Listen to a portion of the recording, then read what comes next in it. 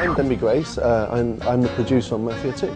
So Mafia 2 is obviously it's a crime action game, sort of set in the 40s and 50s. The game is very sort of story driven with a very strong narrative. We follow the game follows the life of a guy called Vito Scaletta and his sort of journey into a life of organised crime, you know. He starts off very small time, but then quite quickly builds up, becomes a made man, and sort of then journeys on doing all these things like a mobster would set in that era, you know.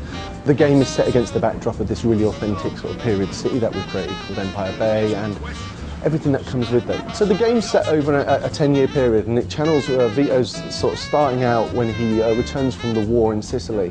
And we kind of progress through till Vito actually becomes a made man, and then beyond that. As you progress through the story, as you do these jobs for the mob, and then as you become a made man, then things start to get much more interesting, you know. Obviously you get all the benefits that comes from being in the mob. It works in the fiction very well about the way the progression of this player through this 10-year period of his life, but also it works very well on the gameplay sort of side, you know. Allowing all these different changes and these different things sort of coming in is a really interesting thing.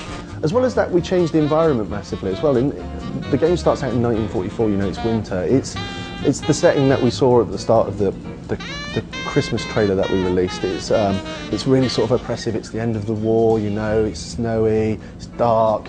And then we kind of move through to the 50s, and as we hit the 50s, you know, it's the birth of technology, it's bright, it's summer, it's the birth of rock and roll, you know. It's an exciting time in America. Again, all this plays into the gameplay, it plays into the fiction, and it makes the game sort of, as the game progresses, more things come available, more interesting things become available to the player. So the city in Mafia 2 is actually, it's 10 square miles, and that is like double the size of that of Mafia 1, you know.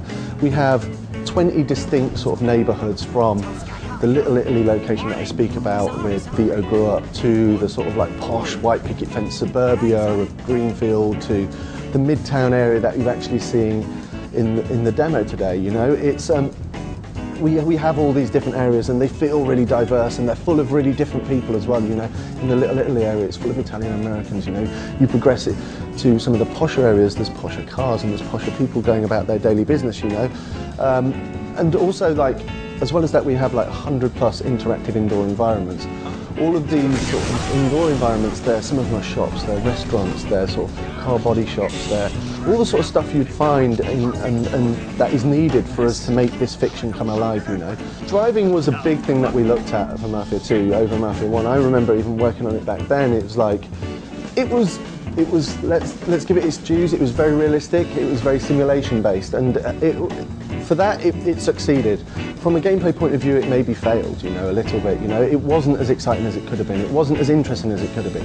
And that's one of the things we've really taken on board with Mafia 2. Immediately we're up a step because we're set in the 40s and the 50s, you know. Cars were much faster then, you know, they were much more exciting. People were driving cars for pleasure, not just for getting from A to B, you know.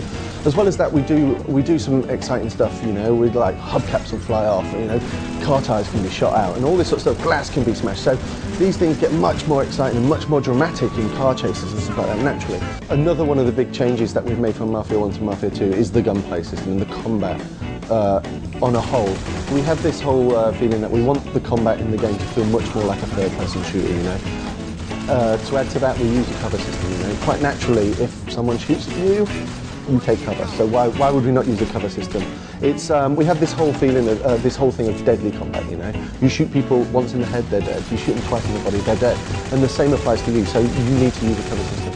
It's going to feel sort of intuitive. It's going to be fun, but ultimately it's very action orientated, you know. Add to that, we have like a melee combat system. Melee combat system is very visceral, you know. It's very simple to do. It's not like Tekken or something like that where it's overly complex to get combos.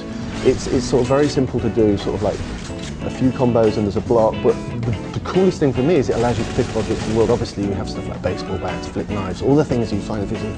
But I could pick up this plate, throw it at you, or hit you over the head with it, you know. I could pick up a chair, smash it over something. Really cool, really sort of visceral. People use the environment as you're sort of around you in fights. For me, personally, it's the biggest jump over the game, you know. Yes, we've improved the drone, yes, we've tweaked the gameplay system, but ultimately those things at the core are the same. This is very drastically different, and I think gamers are going to be really pleased with the direction we've taken it in. Mafia 2 is scheduled for a sort of fall 2009 release, and it's coming out simultaneously for 360, PS3 and PC.